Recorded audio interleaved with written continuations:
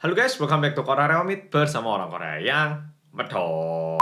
Nah, di video kali ini aku bakal menceritakan penyamaran yang dilakukan sama mata-mata asal China. Dan menurutku ini menarik banget karena penyamaran ini mampu membuat seseorang jatuh cinta. Bahkan sampai mereka itu berpacaran. Ini udah bener kayak film-film gitu ya. Tapi ini sungguh ada. Jadi ini menarik banget, langsung kita mulai video hari ini.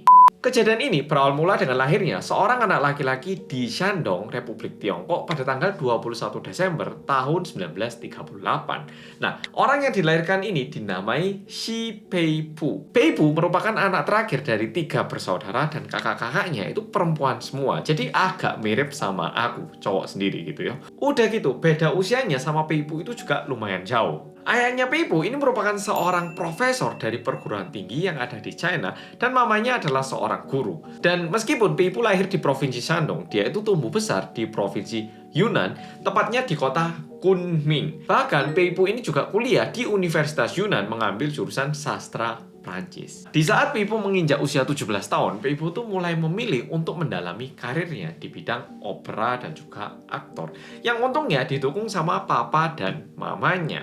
Nah, bahkan di usia 20, Peipu tuh bisa dibilang jadi seorang penyanyi dan aktor opera yang lumayan terkenal di provinsinya. Melebihi itu, Peipu juga berkontribusi dalam penulisan naskah drama opera. Jadi Peipu bisa dibilang benar-benar udah membulatkan tekadnya untuk mengembangkan karir di bidang opera. Tapi di tahun 1964, Kedutaan Besar Prancis yang ada di China mengadakan sebuah cocktail party, dan pada pesta itu kedutaan tuh pengen mengadakan pertunjukan opera. Kayak yang tadi udah aku sampaikan, Peipu kan memang udah terkenal banget di dunia opera, sehingga dia itu diundang oleh pihak kedutaan untuk mengisi acara mereka pada pertunjukan opera. Dan jujur banyak banget tamu undangan yang hadir pada saat itu, dan salah satunya adalah staf kantor kedutaan asal Prancis bernama Bernard Boursicotte. Dan melalui pesta itu, Bernard dan Peipu akhirnya jadi kenal. Karena Bernard ini juga merupakan tokoh penting di cerita kali ini. Jadi pas itu, Bernard menginjak usia 20 tahun dan bekerja sebagai staf akuntan di kantor kedutaan Prancis yang ada di China. Dan selama hidupnya, Bernard tuh menyadari bahwa dirinya adalah seorang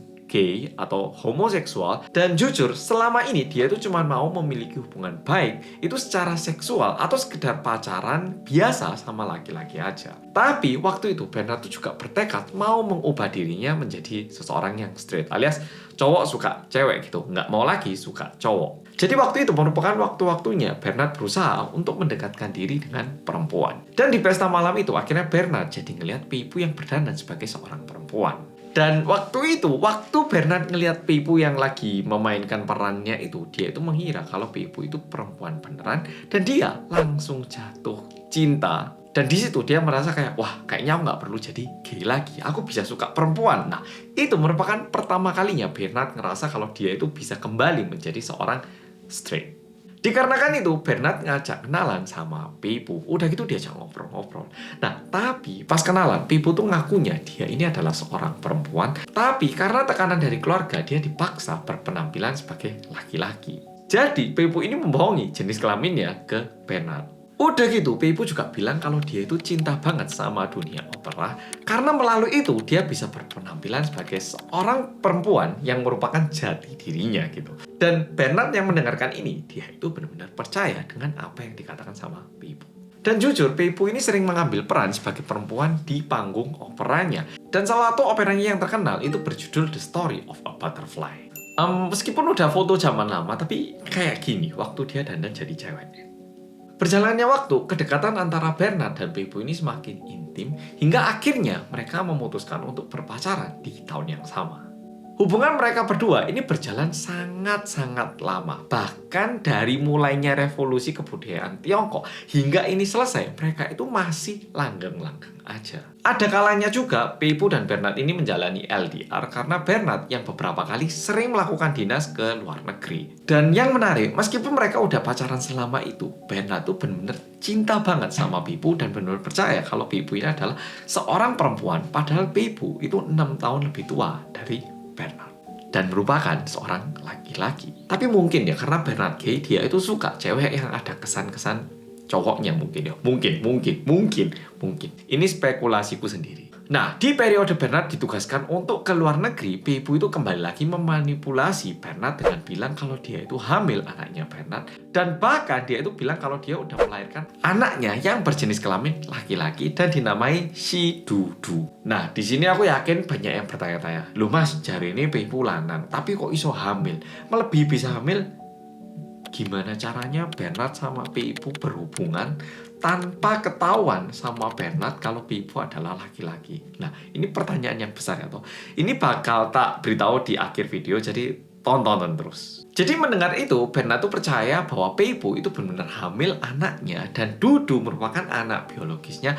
Dan tentunya diakibatkan ini Bernard jadi lebih cinta dan makin gak mau lagi melepaskan Peipu. Jadi Bernard yang mendengarkan kabar ini dia mikir, wah istriku itu baik banget ya, tak tinggal dinas, udah gitu dia hamil, melahirkan sendiri, dia itu masih sayang sama aku, aku harus jadi suami yang terbaik untuk istriku yang bernama Peipu ini.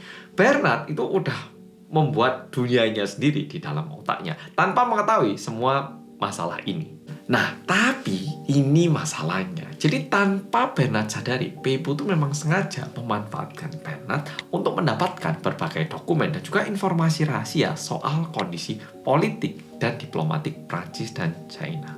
Jadi awalnya Peipu itu menggunakan pendekatan sederhana. Jadi kayak pas mereka lagi ketemu, Peipu tuh suka nanya-nanya yang menjurus ke informasi-informasi rahasia. Tapi namanya pacar ya, jadinya diberitahu. Jadi awalnya dia itu tanya yang nggak terlalu spesifik, kayak tipis-tipis gitu. Tapi berjalannya waktu ternyata Peipu berhasil dalam menumbuhkan rasa percaya Bernard akan Peipu. Lama-kelamaan Bernard yang udah benar-benar percaya sama Peipu, informasi-informasi penting ya diberitahu semua ke Peipu. Khususnya informasi-informasi penting di aspek politik dan juga informasi-informasi rahasia terkait negara. Jadi setiap Peipu nanya soal apa gitu ya, Bernard tuh selalu langsung ngejawab, sekaligus dia juga nunjukkan dokumennya. Ini loh buktinya. Dan dokumen-dokumen yang ditunjukkan itu benar-benar berbagai macam, dari perdagangan, ekonomi, budaya, pokoknya apapun yang ditanyakan itu semuanya ditunjukkan, meskipun itu dokumen rahasia, dokumen sensitif, ditunjukkan semuanya. Karena di otaknya Bernard, ini satu-satunya istriku yang bahkan udah melahirkan anakku. Dan jujur, kenapa Bernard juga ngasih semua informasi seperti ini? Karena Bernard tuh pernah didatangi sama seseorang yang bernama Kang. Dan dia bilang kayak gini, kalau kamu mau ketemu sama Peipu, mau pacaran sama Peipu, semua informasi rahasia intelijen yang kamu miliki di kedutaan Prancis harus kamu kasih ke Peipu. Kalau kamu nggak ngasih, Peipu akan kita culik, akan kita hajar. Ingat kamu. Ada orang yang pernah bilang gini ke Bernard, sehingga dia itu merasa demi Peipu tak lakukan. Setelah kejadian itu, Bernard pun pernah memastikan kejadian ini kepada Peipu, dan Peipu bilang, oh iya benar ada orang yang namanya Kang itu, tapi kamu nggak usah khawatir. Meskipun informasi-informasi penting itu kamu kasih ke aku, ini tak jaga sendiri, ini nggak bakal tak kasih ke orang-orang lain ataupun ke otoritas China. Jadi ini rahasia kita berdua aja, oke kamu nggak usah khawatir. Karena Peipu pernah bilang gitu, Bernard ya udahlah nggak apa-apa, tak bagikan informasinya ke istriku. Sekarang ceritanya bakal mulai menarik. Penyampaian informasi rahasia ini terus terjadi bertahun-tahun, bahkan selama 22 tahun. Selama 22 tahun. Dan selama 22 tahun itu, Bernard dan Peipu masih menjalin hubungan tanpa Bernard mengetahui kalau Peipu itu adalah seorang laki-laki. Kok iso yo? Dan akhirnya di tahun 1983 ada kejadian. Jadi ngerti lah ya, sepandai-pandainya tupai melompat pasti akan jatuh. Dan di suatu hari di tahun 1983, Bernard tuh udah nggak bertugas lagi di China dan dia diharuskan pulang ke Perancis. Tapi karena waktu itu Bernard sama Peipu ini nggak nikah secara dokumen, jadi dia itu nggak bisa ngajak pulang Peipu ke Perancis. Jadi nggak bisa kayak, yuk ikut sebagai istriku, nggak bisa karena nggak ada dokumen terdaftarnya. Tapi ini kan nggak berarti Peipu dan si Dudu itu nggak mungkin bisa ke Perancis. Ya toh, Peipu dan si Dudu kan ya juga bisa liburan ke Perancis. Sehingga memang betul mereka nggak bisa ke Perancis dengan visa istri dan anak. Tapi mereka bisa pergi ke Perancis dengan visa lainnya. Dan karena masih bisa, akhirnya Peipu dan si Dudu ini pergi ke Perancis. Di sini ceritanya mulai agak menarik. Untuk menjaga rahasia negara Prancis, gerak-gerik Bernard ini juga dipantau. Siapa tahu dia menjual informasi gitu. Jadi ada sekelompok orang yang bisa dibilang kayak kayak kontraspionase di Prancis yang memantau agen-agennya yang pernah diutus ke luar negeri. Nah, masalahnya Bernard yang balik ke Prancis ini tiba-tiba sering banget didatangi ataupun dikunjungi sama seseorang berwarga negara China ke rumahnya. Ini menjadi satu hal yang agak mencurigakan. Sehingga kelompok kontraspionase Prancis ini mulai menyelidiki dan juga mencari tahu siapa sih si Peipu ini, dan mulai mencari tahu lagi kenapa ini orang mendekati Bernard. Dan nggak lama setelah itu, agen-agen ini jadi tahu kalau Peipu merupakan warga negara Tiongkok dan juga berjenis kelamin laki-laki yang selama ini udah menerima lebih dari 150 dokumen rahasia yang berhubungan dengan Prancis yang tentunya disampaikan oleh Bernard. Setelah hal ini terbongkar, akhirnya pada tanggal 30 Juni tahun 1983, nggak cuma Bernard tapi Peipu dua-duanya ini ditangkap dan dibawa ke kantor polisi untuk diperiksa. Sesampainya di kantor polisi, Bernard langsung diinterogasi sama polisi. Kenapa kamu ini sering banget dikunjungi sama laki-laki ini? Laki-laki yang mana, Pak? Ini, loh ini cewek ini, Pak. Ini udah 20 tahun pacaran, Pak. Bahkan ini merupakan istri saya, udah melahirkan anak saya. Loh, kamu nggak tahu tapi ibu ini adalah seorang laki-laki. Nggak mungkin, Pak. Bahkan saya ini pernah berhubungan seksual sama Peipu, Pak. Mana mungkin dia ini perempuan. Bapak salah info. Bernard menyangkal pernyataan polisi. Tapi di satu sisi, Bernard juga mengaku kalau selama ini dia itu memang membocorkan informasi-informasi rahasia yang ada di kedutaan Prancis. Jadi ada dokumen penting gitu, itu nggak dia beri, tapi dia fotokopi lalu dimasukkan amplop, dan kalau ditanya orang bilangnya, oh ini mau saya arsipkan gitu. Padahal ini diberikan kepada Peipu. Karena ini merupakan kasus yang bisa dipandang lumayan serius ya. Bayangkan di suatu negara ada mata-mata, dan mata-matanya ini mendapatkan informasi dari agen intelijen. Tentunya merupakan kasus yang sangat serius. Sehingga dalam waktu 2 hari sidangnya dibuka, dan melalui sidang itu Bernard dan juga Peipu menerima hukuman penjara 6 tahun. Tentunya selama sidang Peipu ngaku kalau dirinya itu adalah seorang laki-laki dan Dudu merupakan anak hasil adopsi, tentunya bukan anak yang dia lahirkan. Sehingga mereka berdua ini masuk ke penjara, tapi pada tahun 1987 Bernard dan juga Peipu ini dibebaskan dari penjara karena setelah ditinjau informasi yang diberikan kepada Peipu oleh Bernard ini memang merupakan informasi yang lumayan rahasia, tapi yang nggak serahasia itu.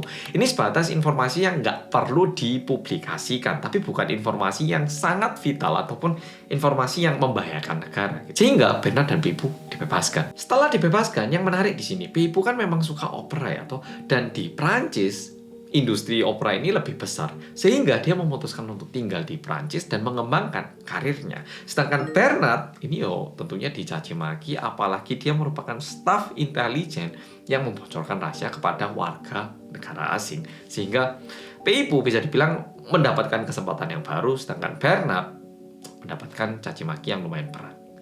Tentunya oleh publik. Kalau ini terjadi di tahun 2025, mungkin udah full hate comment ya Instagramnya, atau di report gitu. Setelah kejadian ini dikabarkan kalau Peipu sama Bernard tuh udah putus, tapi ada juga sedikit informasi yang bilang kalau Peipu sama Bernard itu memang bilangnya putus, tapi diem-diem masih ketemu. Tapi kita nggak tahu kebenarannya apa. Yang pasti mereka udah nggak buka-bukaan ketemu kayak dulu. Nah, sekarang bagian yang paling penting ataupun bagian yang paling dipertanyakan. Kok bisa Bernard melakukan hubungan seksual dengan Peipu tapi nggak nyadar kalau Peipu ini adalah seorang perempuan? Tak jelaskan. Jadi Peipu ini pergi ke dokter dan minta bantuan untuk membuat testisnya itu naik ke rongga tubuhnya. Udah gitu, penisnya itu diselipkan ke belakang katanya. Aku nggak tahu ini apakah mungkin atau gimana, tapi disembunyikan kayak gitu, dan dalam kondisi seperti itu mereka melakukan hubungan seksual. Dan mungkin karena Bernard tuh gay, dia nggak bisa terlalu membedakan badan cewek kayak apa, mungkin, tapi ya pokoknya kayak gitu. Jadi penisnya dan juga alat kelaminnya Peipu itu disembunyikan. Boyo po carane dan melakukan hubungan seksual dalam kondisi seperti itu. Dan informasi terakhir berhubungan dengan si Peipu dan juga si Dudu. Pada tanggal 30 Juni tahun 2009, katanya si Peipu ini meninggal di Paris, sedangkan si Dudu itu udah menikah dan juga punya 3 orang anak dan menetap di Prancis. Tapi katanya di saat Peipu meninggalkan dunia ini, ya hingga detik terakhirnya dia itu bilang kalau dia itu mencintai Bernard dan gak pingin meninggalkan Bernard sendiri, katanya. Ya, kalau kita dengar kasus kayak gini pikir, wah ternyata drama sama film itu gak terlalu lebay, lebih lebay kenyataan. Kayak kok iso sih ada kejadian kayak gini, ya toh, jadi mikir. Ya, jadi cerita kali ini sampai di sini. Terima kasih udah nonton dan sampai jumpa di video berikutnya.